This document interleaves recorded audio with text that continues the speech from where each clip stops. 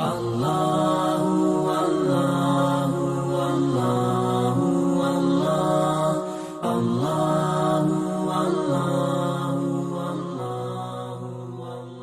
للہ وحدہ والصلاة والسلام علی رسول اللہ وعلی آلہ وصحبہ اجمعین ومن تبعهم بإحسان إلى يوم الدین اما بعد فاعوذ باللہ من الشیطان الرجیم وقالوا قلوبنا غلف بل لعنهم اللہ بکفرهم فقلیلا ما یؤمنون وقالوا، اور وہ کہتے ہیں، قلوبنا غلف، ہمارے دل بھرے ہوئے ہیں علم سے،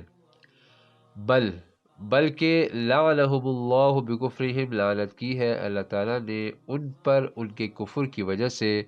فقلیلا ما یؤمنون، سو وہ لوگ بہت کم ایمان لاتے ہیں۔ اس آیت میں بھی زجر ہے، اور پچھلی آیت سے اس کا ربط یہ ہے کہ پچھلی آیت میں بھی تکذیب کا ذکر تھا، اور اس آیت میں اس تکذیب کے طریقے کا ذکر ہے۔ اور وہ تکذیب کا طریقہ یہ ہے کہ وہ کہتے تھے کہ قلوبنا غلف۔ اس کے دو مطلب ہیں، ایک یہ کہ وہ مسلمانوں سے کہتے تھے قلوبنا غلف، کہ ہمارے دل پردوں میں ہیں،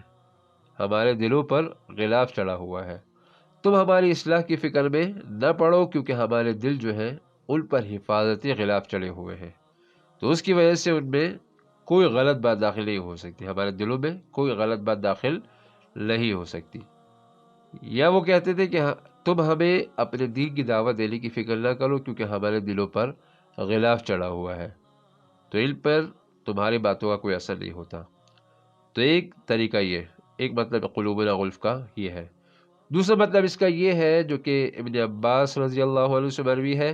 کہ وہ مسلمانوں سے کہتے تھے کہ ہمارے دل جو ہیں وہ علم کے برتن ہیں، یعنی علم سے بھرے ہوئے ہیں، کسی دوسرے کے، یعنی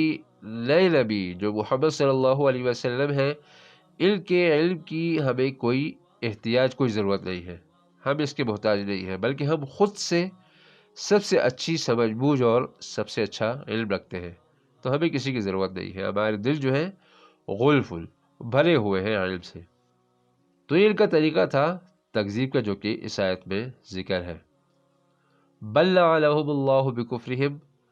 بلکہ اللہ تعالیٰ نے لعنت فرمائی ہے ان پر ان کے کفر کی وجہ سے۔ تو اس آیت میں منکرین کے اس قول کا رد ہے کہ وہ کہتے تھے کہ قلوبنا غلف، ہمارے دل بھرے ہوئے ہیں یا ہمارے دلوں پر غلاف چڑھا ہوا ہے۔ تو اس جملے میں ان کے اس قول کا رد ہے کہ اللہ تعالیٰ فرماتے ہیں کہ ان کے دین حق کو قبول نہ کرنے کی وجہ یہ نہیں ہے کہ ان کے دل علم سے بھرے ہوئے ہیں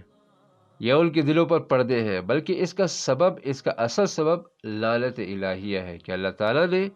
ان کے کفر کی وجہ سے ان پر لعنت فرمائی ہے۔ اور لعنت کا مطلب پہلے بھی گزر گیا کہ لعنت اصل میں دوری کو کہا جاتا ہے، لغت میں اس کا معنی آتا ہے دوری کا، اور اصطلاح شریعت میں لعنت کہتے ہیں اللہ تعالیٰ کی خصوصی رحمت سے دوری کو، یعنی یہ ایک بد دعا ہے۔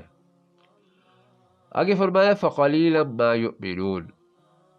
تو اس کے مختلف معنی بنتے ہیں۔ ایک یہ کہ قلیلا صفت ہے ایمان محفوظ کی، فَإِيمَانًا قَلِيلًا مَا يُؤْمِنُونَ، یعنی ان کا ایمان بہت محدود اور کم ہے۔ فَقَلِيلًا مَا يُؤْمِنُونَ کا مطلب ہے کہ ان کا ایمان بہت محدود اور کم ہے، کہ وہ اللہ تعالیٰ کو اور بعض انبیاء کو تو مانتے ہیں اور بعض کو نہیں مانتے، جیسے کہ آخری نبی محمد صلی اللہ علیہ وسلم کو نہیں مانتے۔ تو ایک مطلب یہ ہے۔ دوسرا، قلیلاً صفت ہے زمانل کی، یعنی فَزَمَانًا قَلِيلًا مَا يُؤْمِنُونَ، یعنی بہت کم وقت کے لیے ایمان لاتے ہیں اور پھر اس سے پھر جاتے ہیں۔ تو یہ دوسرا مطلب۔ تیسرا مطلب کہ قلیلاً فی ما یؤمنون، یعنی بہت کم چیزوں پر ایمان لاتے ہیں اور اکثر چیزوں پر ایمان نہیں لاتے۔ تو ایک مطلب ہوا کہ بہت کم اور محدود ایمان لاتے ہیں، دوسرا مطلب ہوا کہ بہت کم وقت کے لیے ایمان لاتے ہیں، اور تیسرا مطلب ہوا کہ بہت کم چیزوں پر ایمان لاتے ہیں۔ چوتھا مطلب ہے کہ یہ حال ہے اور اصل میں جمعاً قلیلاً ہے، یعنی بہت کم لوگ ان میں سے ایمان لاتے ہیں۔ تو یہ چار مطلب ہوئے فقلیلا ما یؤمنون کے۔ پھر پانچواں مطلب اس کا اس طرح بنتا ہے کہ یہ ما نافیہ ہے، فقلیلا ما میں ما نافیہ ہے، یعنی پھر اس کا مطلب یہ ہوگا یہ چاروں اقوال یہ نفی میں چلے جائیں گے کہ تھوڑے سے لوگ بھی ان میں سے ایمان نہیں لاتے، یا تھوڑا بھی ایمان نہیں لاتے، یا تھوڑے وقت کے لیے بھی ایمان نہیں لاتے، یا تھوڑی سی چیزوں میں بھی ایمان نہیں لاتے۔ تو اس حساب سے یہ پھر 8 اقوال بن جائیں گے، 8 معنی بن جائیں گے فَقَلِيلًا مَا يُؤْمِنُونَ کے۔ آگے اللہ تعالیٰ فرماتے ہیں وَلَمَّا جَاءَهُمْ كِتَابٌ مِّنْ عِندِ اللَّهِ مُصَدِّقٌ لِّمَا مَعَهُمْ وَكَانُوا مِن قَبْلُ يَسْتَفْتِحُونَ عَلَى الَّذِينَ كَفَرُوا فَلَمَّا جَاءَهُم مَّا عَرَفُوا كَفَرُوا بِهِ فَلَعْنَةُ اللَّهِ عَلَى الْكَافِرِينَ۔ وَلَمَّا جَاءَهُم، اور جب آ گئی ان کے پاس، کتاب من عند اللہ، کتاب اللہ تعالیٰ کی طرف سے، مصدق لما معہم، جو کہ تصدیق کرنے والی ہے ان کتابوں کی جو ان کے پاس ہے، وَكَانُوا مِن قَبْلُ يَسْتَفْتِحُونَ عَلَى الَّذِينَ كَفَرُوا، اور وہ اس سے پہلے فتح طلب کرتے تھے ان لوگوں کے خلاف جنہوں نے کفر کیا۔ فَلَمَّا جَاءَهُم مَا عَرَفُوا، سو جب آ گئی ان کے پاس وہ چیز جسے انہوں نے پہچان لیا، کفروا بہ، تو انہوں نے اس کا انکار کیا۔ فلعنۃ اللہ علی الکافرین، سو لعنت ہے اللہ تعالیٰ کی کافروں پر۔ یہاں سے بنی اسرائیل سے 5واں خطاب شروع ہے جو کہ 91 نمبر آیت تک ہے، اور اس میں بھی ان کی قباحتوں کا ذکر ہے، اور پچھلی قباحتوں سے ان قباحتوں میں ترقی ہے، اور وہ ترقی اس طرح کہ اس سے پہلے پچھلے انبیاء کی تکذیب اور ان کے قتل کا ذکر تھا، تو اب جانتے بوجھتے ہوئے بھی خاتم النبیین محمد مصطفیٰ صلی اللہ علیہ وسلم کو ماننے سے انکار کا ذکر ہے۔ اور یہ خطاب ان بنی اسرائیل سے ہے جو کہ رسول اللہ صلی اللہ علیہ وسلم کے زمانے میں موجود تھے، اور انہیں آپ صلی اللہ علیہ وسلم کے آنے کا پورا یقین تھا، لیکن جب آپ صلی اللہ علیہ وسلم تشریف لے آئے تو انہوں نے آپ صلی اللہ علیہ وسلم پر ایمان لانے سے انکار کر دیا۔ اور ماقبل سے اس کا مطلب یہ ہے کہ پچھلی آیت میں پچھلے انبیاء کا ذکر تھا اور ان کی کتابوں کا، یعنی تورات اور انجیل کا ذکر تھا، اور بنی اسرائیل کی طرف سے ان کتابوں کی تکذیب کا ذکر تھا۔ تو اس آیت میں قرآن کا ذکر ہے اور ان کی طرف سے قرآن کی تکذیب کا ذکر ہے، تو یہ اس آیت کا ربط پچھلی آیت سے۔ آیت کا خلاصہ یہ ہے کہ تورات میں محمد صلی اللہ علیہ وسلم کی صفات اور آپ صلی اللہ علیہ وسلم کی پیشگوئی جو تھی وہ موجود تھی کہ آپ آخری نبی ہوں گے اور آپ کی یہ صفات ہوگی اور آپ مبعوث ہوں گے۔ تو اس وجہ سے یہود آپ صلی اللہ علیہ وسلم کی بعثت کا انتظار کرتے تھے، اور انہیں یہ گمان تھا کہ یہ آخری نبی جو ہے یہ بنی اسرائیل میں مبعوث ہوں گے، کیونکہ اب تک تمام انبیاء موسیٰ علیہ السلام سے لے کر یہ بنی اسرائیل میں ہی چلے آ رہے تھے، عیسیٰ علیہ السلام بھی بنی اسرائیل کے نبی تھے، تو ان کا یہ گمان تھا کہ یہ آخری نبی جو ہوں گے جن کی صفات تورات میں ذکر ہے تو یہ بھی بنی اسرائیل کے نبی ہوں گے۔ پھر یہود کی مشرکین سے جنگیں ہوا کرتی تھی جن میں یہ یہود اکثر شکست کھاتے تھے،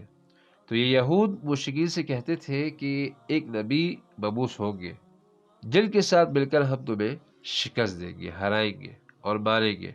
تمہیں قتل کریں گے۔ اور پھر وہ اس کی دعا بھی کرتے تھے اللہ تعالیٰ سے، جس کو مفسرین نے ذکر کیا ہے اس دعا کو، اللہم انصرنا بالنبی المبعوث فی آخر الزمان الذی نجد نعتہ فی التوراۃ، کہ اے اللہ نبی آخر الزمان جن کی صفات ہم تورات میں پڑھتے ہیں انہیں بھیج کر ہماری مدد فرمائے۔ تو وہ یہ دعا اللہ تعالیٰ سے کرتے تھے، لیکن جب اللہ تعالیٰ نے رسول اللہ صلی اللہ علیہ وسلم کو بنی اسرائیل میں مبعوث فرما دیا، بنی اسرائیل کے بجائے بنی اسماعیل میں مبعوث فرما دیا، تو ان یہود نے، جیسے کہ پہلے بھی ذکر گزر چکا ہے، کہ حسد کی وجہ سے آپ صلی اللہ علیہ وسلم کو ماننے سے انکار کر دیا، تو اس کی سزا میں اللہ تعالیٰ نے یہود پر لعنت فرمائی۔ تو یہ اس آیت کا خلاصہ۔ اس آیت میں اللہ تعالیٰ فرماتے ہیں یستفتحون علی الذین کفروا، اس کے بارے میں مفسرین کے 3 اقوال ہیں اس کے معنی کے بارے میں۔ ایک قول یہ ہے کہ یستفتحون میں فتح جو ہے یہ علم کے معنی میں ہے، اور سین طلب کے لیے ہے علی من کے معنی میں ہے، یعنی یستفتحون من الذین کفروا، یعنی علماء یہود آخری نبی کی پیدائش کے بارے میں مشرکین سے معلومات کرتے تھے کہ یہ آخری نبی مبعوث ہوئے ہیں یا نہیں ہوئے، یعنی انہیں علم تھا آپ صلی اللہ علیہ وسلم کی صفات کا، تو یہ مشرکین سے معلومات کرتے تھے کہ ان صفات کے نبی یہ مبعوث ہونے والے ہیں، ان کا زمانہ قریب ہے، تو یہ مبعوث ہوئے یا نہیں ہوئے۔ تو ایک مطلب یہ ہے یستفتحون کہ وہ معلومات کرتے تھے مشرکین سے۔ دوسرا مطلب یہ ہے کہ فتح علم کے معنی میں ہے، اعلیٰ اپنے معنی میں ہے، اور مطلب اس کا یہ بنتا ہے کہ علماء یہود مشرکین کو نبی آخر الزمان کی صفات اور ان کی بعثت کے بارے میں بتاتے تھے، کہ علم دیتے تھے، علم طلب نہیں کرتے تھے بلکہ علم دیتے تھے، مشرکین کو بتاتے تھے کہ ایسی ایسی صفات کے جو نبی ہیں یہ مبعوث ہوئیں گے۔ تیسرا مطلب یہ ہے کہ فتح یستفتحون میں جو فتح ہے یہ دشمن پر غلبہ حاصل کرنے کے معنی میں ہے، جیسے کہ اوپر گزرا ہم نے بتایا کہ بنی اسرائیل کی مشرکین سے جنگیں ہوا کرتی تھی جس میں وہ اکثر شکست کھا جاتے تھے، تو وہ اپنے دشمن مشرکین سے کہتے تھے کہ دیکھو آخری نبی محمد صلی اللہ علیہ وسلم